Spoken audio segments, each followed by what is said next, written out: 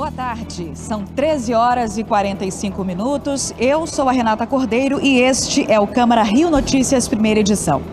A gente começa falando da decisão da Prefeitura do Rio que aboliu o uso de máscaras em ambientes fechados. A repórter Caroline Silva tem os detalhes.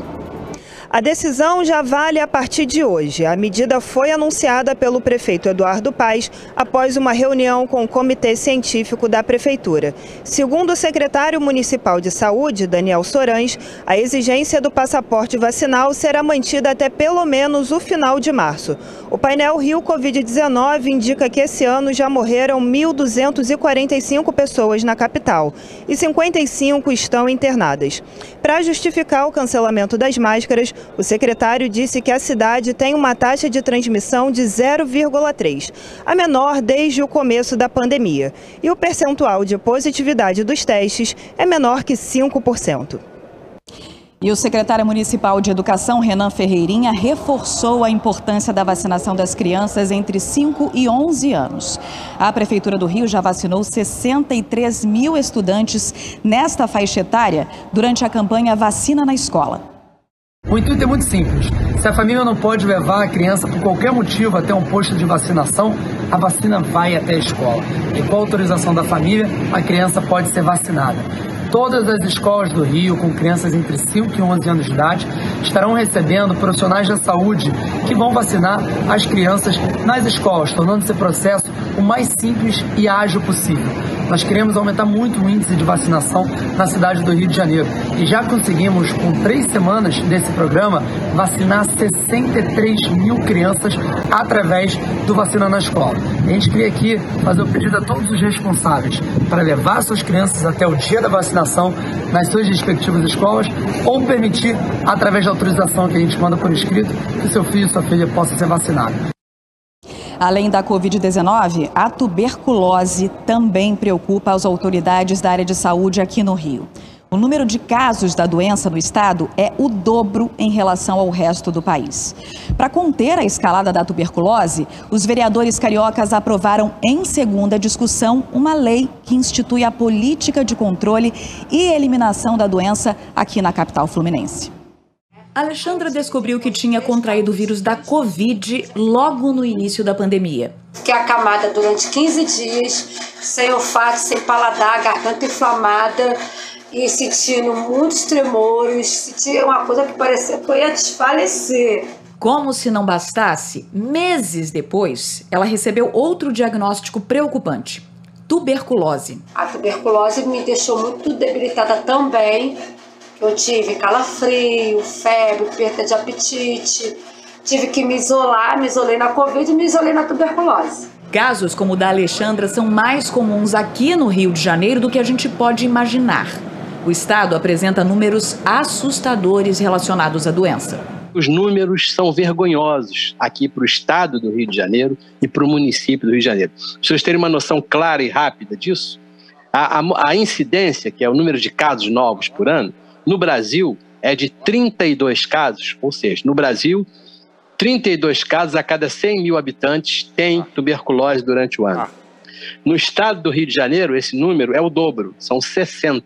E foi pensando em combater o cenário atual que um projeto de lei de iniciativa do próprio vereador Paulo Pinheiro foi aprovado pela Câmara. Ele institui uma política municipal de controle e eliminação da tuberculose na cidade do Rio. Entre os principais objetivos desse projeto de lei estão a redução da morbidade, da mortalidade e da transmissão da tuberculose através de ações que envolvam o desenvolvimento de serviços de saúde relacionados ao enfrentamento da doença. Uma grande ajuda, principalmente em tempos de pandemia de Covid-19, já que identificar os casos de tuberculose se tornou uma tarefa ainda mais difícil. A notificação também foi prejudicada.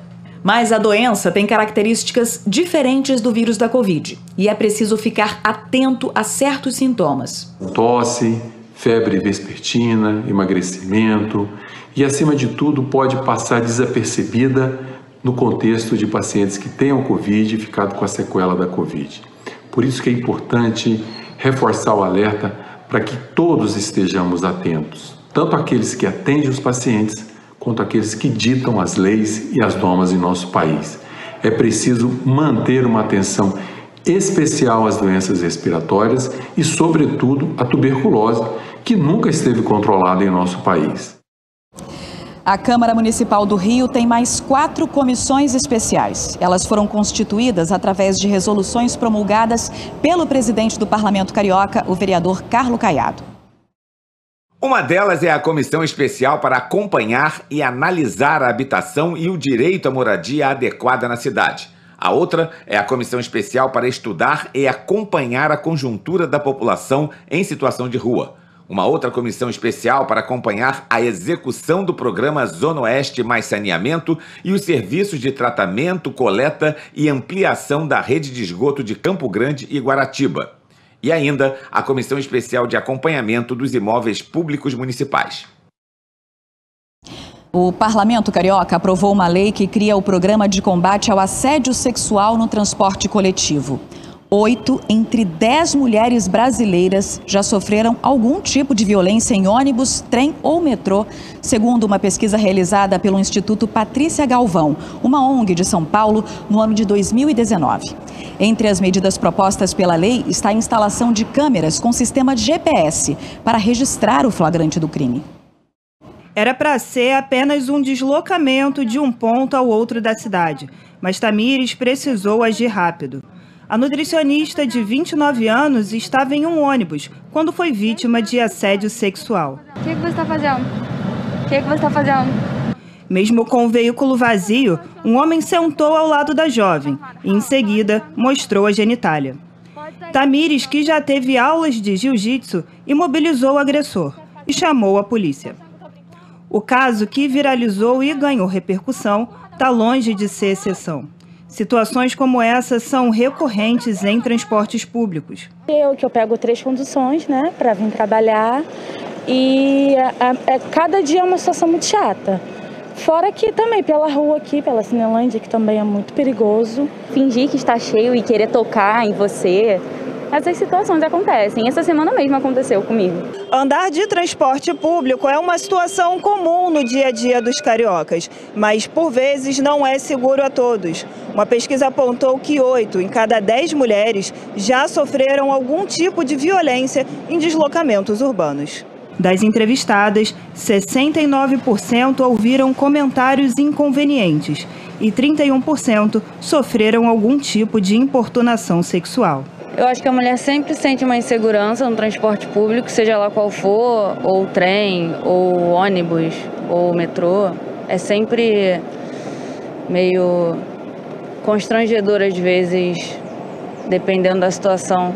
Para defender as mulheres desse tipo de agressão, as vereadoras Verônica Costa, Tereza Berger e o vereador Eliel do Carmo criaram um programa de combate ao assédio sexual no transporte coletivo. O assédio à mulher, sexual à mulher, no transporte público é uma realidade não apenas de hoje, mas de sempre.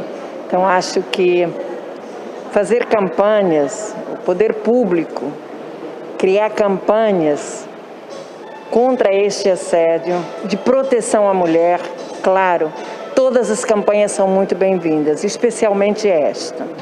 O projeto de lei, aprovado em segunda discussão, ainda prevê que as empresas de transporte coletivo criem uma ouvidoria para receber denúncias de assédio sexual e capacitem a tripulação dos veículos para intervir nos casos de assédio sexual às mulheres. É importante capacitar esses tripulantes, esses condutores dos transportes públicos, que muitas das vezes serão os primeiros a dar um suporte a essa vítima logo após a prática dos atos. É importante capacitá-los para que eles possam ter condições de entender os atos que configuram assédio sexual e ter condições de dar um melhor encaminhamento a essas vítimas, a todo de um sistema de justiça criminal.